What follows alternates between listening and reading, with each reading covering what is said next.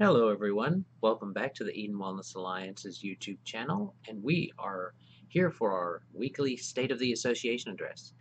And let me see, I've got the YouTube up right here, so I can say welcome, and I'll watch the chat in case anybody decides to come in and watch too. So let me see what we're doing today. Today we have a video to go over regarding the how essential oils compare to antibiotics is the specific name of the video we're going to go over. It's only about 3 minutes and 24 seconds, so it's not going to take a long time for us to do this. So I'm not sure how long we're going to have any kind of remarks about it, but I may say a few things. So this will probably be one of our shorter State of the Associations. However, I will say that as far as announcements go, we have an announcement of event coming up that we're going to do. So let's get those out of the way first. As far as announcements, we're still continuing to be at the CRN. You can still come to the CRN. We just haven't been recording lately is all. So it's still going on. You can watch some of those older videos, and as we get some more people in and talking and stuff like that, we're probably going to start recording again so we can get them back up there so people can see what it's like. Still at the Sweet Bay Coffee, there across from Creekmore Park on Rogers Avenue in Fort Smith. So those are all every Tuesday on that day at 8 a.m. Right about that time is when we start up. Still doing the State of the Association addresses, obviously. And then not this Saturday, but the next Saturday, I believe it is, there is the Women's Expo here in Fort Smith.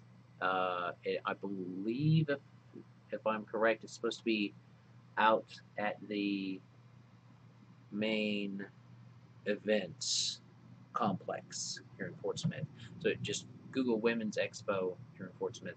I didn't set this one up, so I'm not sure about everything about that, but I do believe it's supposed to be at the Expo Center or something, some event center here in Fort Smith.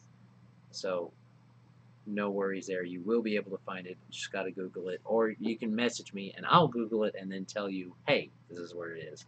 But that's what we've got going on. Not this Saturday, but next Saturday we'll be there. And let me see. We have, that's the only thing coming up within the next couple weeks. So we'll keep you guys updated if something new pops up between then and now. But that's all we have going for right now. Let's go ahead and go over and switch our screen to our viewing screen so that we can show this video. Alright, I'm going to get it a bit bigger for everybody. And then let's start, shall we?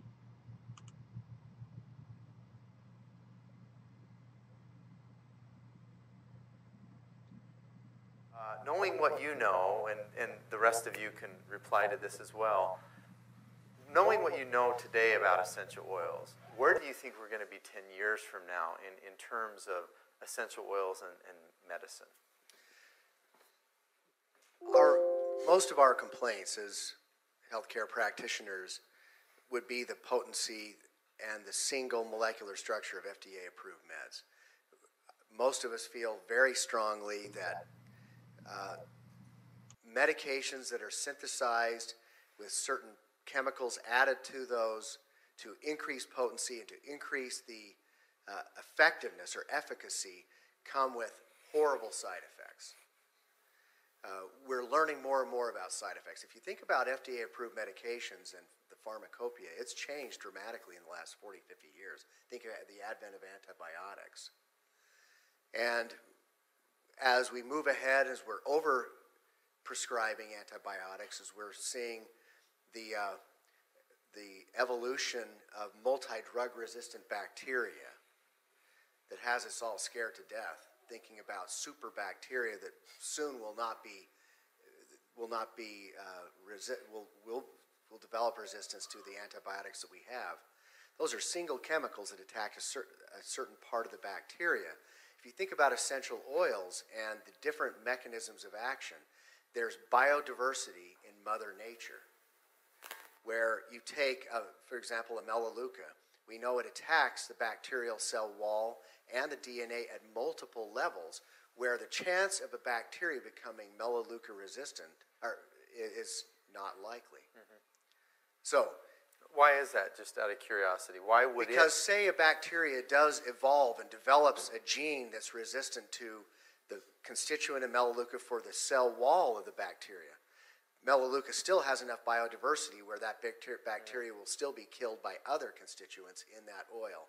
Whereas you take a single chemical, say in vancomycin, one of the most powerful antibiotics, it scares us because there are bacteria which are now becoming resistant to vancomycin. So that issue. Also, as we move toward self-directed healthcare, the traditional healthcare model of employer-based insurance is becoming unsustainable. Most of my patients now are coming with deductibles that are beyond their ability to pay, as well as premiums. That is insurmountable, and we are fast approaching a time within the next few years where patients are going to be forced into avoiding seeing physicians and taking care of themselves, which isn't the worst thing in the world. Heaven knows we take advantage of our traditional healthcare model too much. And so I think the financial drive that will drive people away from having to go see doctors and take care of themselves, both preventive and acute maladies, is where we're headed.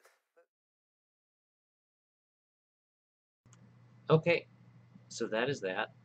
And I think it's a very good video. Let me go back this way.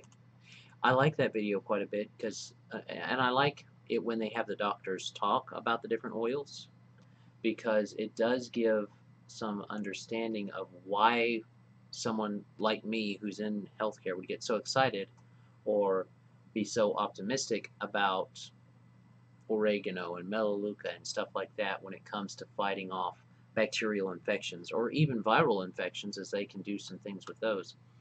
Uh, because the body needs to have that biodiversity to be able to be effective with what it's wanting to accomplish.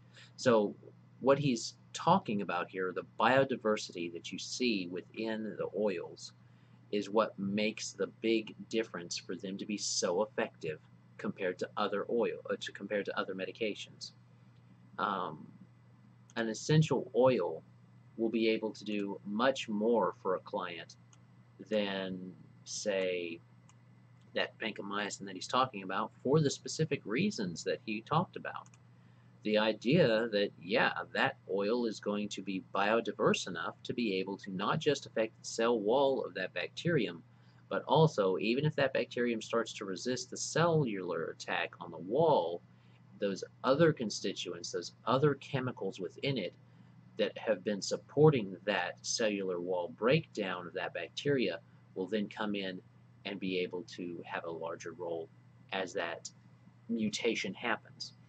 So it's a big deal when you have that kind of diversity. That's the type of diversity. That's the type of broad spectrum diversity that modern medicine strives for, and yet it's right there in nature. It's right there ready to use, and it's something that they push and shove and try to get and try to engineer when it's already ready to be had. It's already there. You don't have to try and engineer it and force it into a certain type of constituent basis or a certain type of balance within itself, within that medication, because there's no need to. It's ready already. I mean, right now you could go out and use that and it'd be ready, that oil itself. And because something that I don't think was highlighted uh, quite as much as I would like it to be, is that because these things are based in nature, because these things are natural within the system, they are going to be outside growing. Now, we control the growing environments in the sense that uh, they don't have them in greenhouses, but they make sure the soil's got its nutrients. They keep it a high quality well taken care of soil, not over or under balancing what it needs. Um, because that's done on a farming level with specifically the doTERRAs, I find it to be a really good, a really beneficial system, because when you have that and they're exposed to those bacterium, those plants are exposed to those bacterium, their oil constituency will adjust appropriately. So even if something becomes resistant to that part of the melaleuca, that melaleuca may change. That growth of that melaleuca may change, and the oil itself that is secreted by the plant may notice those changes in itself, and then just like our body would, try to adjust its chemistry to effectively fight that off. So you might see that. Now this is something that takes years most of the time, but it can happen quickly. It can happen very quickly. Plants are not static little things that just sit there. They are moving and doing and changing just like our bodies are. So their ability to adapt to the environment and the oil that then comes from that adaptation is key to understanding why it's so good, such a good alternative, or such a good preferred use instead of medication, a preferred use of an oil, because you have that bioavailability, bioadaptability, and the body just treats it like a natural part that it's meant to use. Because when you take a pharmaceutical drug, you're taking a poison. Your body knows that's a poison. That's why you go to a licensed professional to get it. You're getting a poison to put into your body to elicit a certain response. It is a toxin, a, a high level toxin. You have to go to a licensed professional to get it. That's what a medication is. That's not me. There's no candy coating. That's what it is. So having this alternative to use, or this preferred method to use oils versus that, I find to be just really quite preferable. You would want to do that instead of using something that's going to force your body to do something. Let your body work itself, heal itself. Your body heals itself. No, no person can heal you. Okay? You go to the doctor, he can't heal you. You come to me, I'm not going to heal you. I'm not going to heal you. I don't heal people. We get the body back to its appropriate settings to be able to heal itself. That's what you need to do. That's the most beneficial way to affect the system, is to let the body heal itself. So the essential oils allow that to do that. They support that natural system. And yeah, I like this video. It is quick, it is simple, it goes to the point, and I think that it does it well. I like that specific doctor quite a bit, because he goes straight to it. He talks straight with people, and I like that.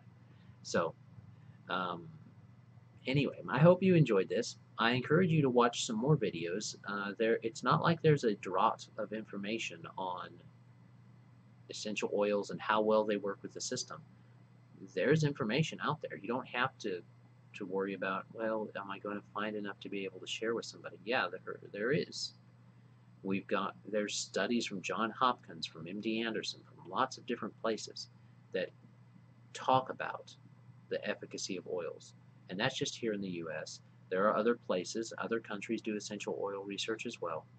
So it's important to get that information for yourself, even if you never talk to somebody about essential oils, or you never talk to somebody about proper health, like we consider proper health. You benefit from having that information, because then you know how to take care of yourself. And something that we really harp on here at the Eden Wellness Alliance is personal responsibility for health. Personal responsibility for health. If you want to be healthy, you're the one that needs to do it.